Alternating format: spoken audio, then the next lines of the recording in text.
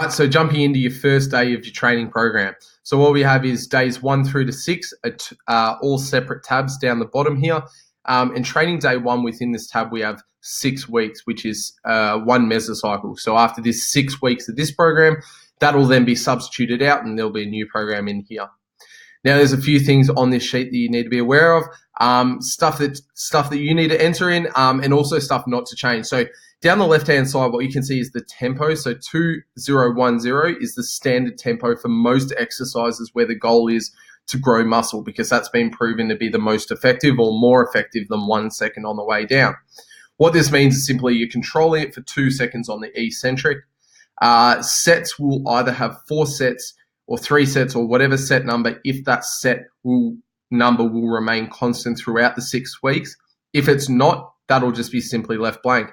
The reps will be in there, so you can see here it's 12 reps, and reps in reserve will generally be 1 to 2 because that's been shown to elicit the best muscle growth effects while maintaining volume when you're training. So 1 to 2 reps in reserve simply means at the end of a set, you look and you go, I could probably do 1 rep, maybe 2 more. So it's more in a gauge of intensity.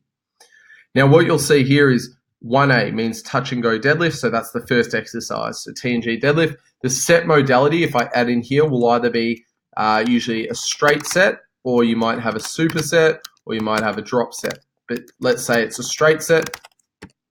What you'll see is 3 sets, and I'll be entering this data in, and I've done 12 reps at 155 kilograms. And what you can see is the total volume for that exercise. And then you can compare and contrast that across weeks. So you can see 5,508 kilos is the total volume for week 1. Total volume for week 2 is 7,040. Total volume and on.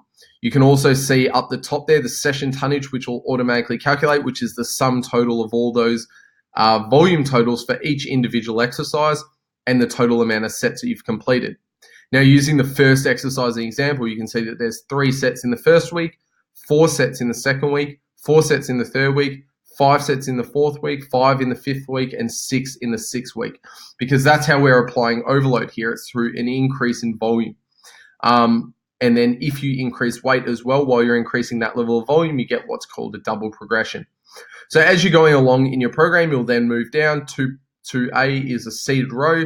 That's a straight set, and all those same rules apply. So if you're entering in and you're training in the gym, what you need to do is either take a note on your iPhone notes, or you can enter it in straight to Sheets if you have the Excel app, and you'll just enter how many reps you did and how much weight you did it for.